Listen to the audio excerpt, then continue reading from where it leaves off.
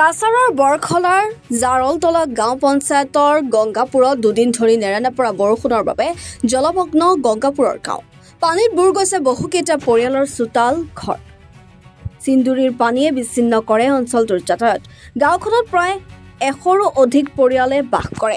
আজকে দেখো বিগত 5 বছর থেকে আমরা প্রায় জলের সমস্যা নিয়ে বহুত ভুক্তভোগী আছি। দেখো প্রায় 20 থেকে 25টা বাড়ি প্রত্যেক বছর ফ্লাডের সময় আনলে ফ্লাডে ডুবাইল থাকে। এরপরে ন্যাশনাল হাইট আপনারা দেখতে পারবা, মানে ন্যাশনাল হাইট পুরা রাস্তা জল উঠে গেছে। জল উঠিয়া কিন্তু এখনো পর্যন্ত কোনো স্থানীয় বিধায়ক হোক, কোনো পিডব্লিউ ডিপার্টমেন্টের হোক, কোনো ফ্লাড কন্ট্রোল হোক, কোনো একটা ব্যবস্থা এখনো পর্যন্ত নিশ্চয় না। বিধায়কের কাছে আমরা বিগত 10 বছর থেকে যাইতে যাইতে আমরা বাদ লাগিয়ে আছে। বিধায়ক আমরা একদম ঘনিষ্ঠ চাচা, কিন্তু আমরা পাশের বাড়ি তার কাছে আমরা বিগত 10 বছর থেকে গেছি, গিয়ালে তাই নখন পর্যন্ত কোনো সমাধান করিয়া দিচ্ছেন না। এই পানিটা ড্রেন দেবার পরে কোনো একটা সমাধান করিয়া দিন না। খালি কোটি টাকা অন্য কাম করছে, কোটি টাকা অন্য কাম করছে, কোটি টাকা খালি কোটি টাকার হিসাব দেন। কিন্তু এখানে তার বাড়িদারের মানুষ 15 20 পরিবার ছাত্র এখনো বড় ছাত্র আসেন, দোয়া আসেন, কিন্তু এখনো বাড়িতে পারেন না। বুড়া বয়স্ক মানুষ আসেন, বেমার হইলে বইয়া আনতে লাগে, ঘর থেকে বাইর করতে লাগে, এইগুলা তাই সমাধান করিয়া দিতে পারেন না। তার কাছে যাবার এরপরে 15 বছর তাই জেলা পরিষদ আসলাম।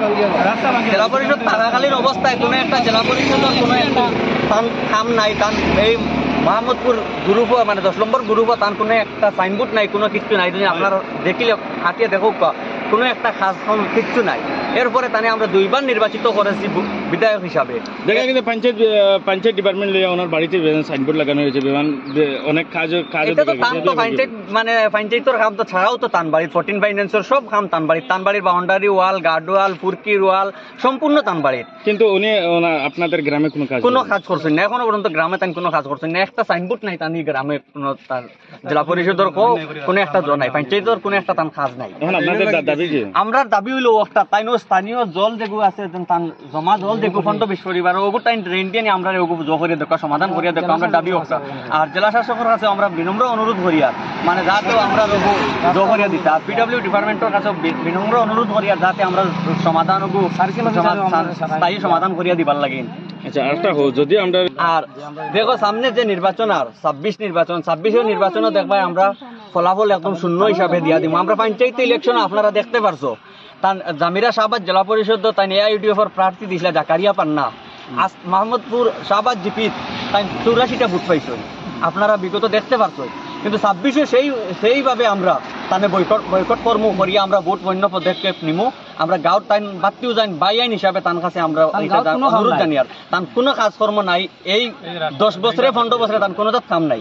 বিধায়ক সুজামুদ্দিন দে খুঁয়ার আমরা যেন টানিনো বিগত 10 বছর থেকে ঘুরি আর আমরা জমা জলগুন ছাড়িয়া দিবার লাগি, কিন্তু যাবার বাদে তো তার কোনো তো কিছু দেন না, কোনো একটা রেসপেক্ট দেন না। তার কাছে দাবিও আবারও তুলিয়া ধরিয়ার যেন জমা জলগু আমরা মানে ড্রেইনের মাধ্যমে দিবার লাগে। এটা তান জানাও আছে, তান খানো এটা দিছিলামও, কিন্তু টান এটা কোনো জিও দিন না। এটা যদি তুমি দেও না তে জেলা ইউডিএফ মানে জেলা পরিষদ জেলা তুমি মানে ক্যান্ডিডেট দিছিলা, জেলা তোমার রেজাল্ট খারাপ হয়েছিল।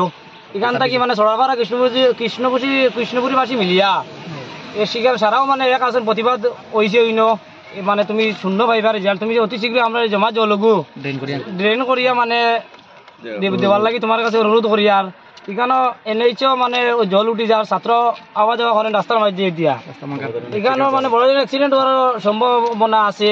এটা তুমি দেখিয়া তোমার নিজ গ্রাম তুমি আমরা চাচা পাল্লা কিছু নাই মানে, এরপরেও মানে ঘনিষ্ঠ মানুষ তুমি এরপরে এটা দেখায় না।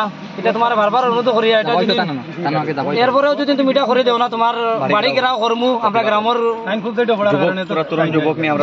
মানুষকে তোমার বাড়ি ঘেরাও করমু, এরপরে হয় না বৃহত্তর আন্দোলন আমরা নামু। বৰখলাৰ পৰা ধনঞ্জয় চক্ৰৱৰ্তীৰ ৰিপৰ্ট, এনি ভাৰত 24।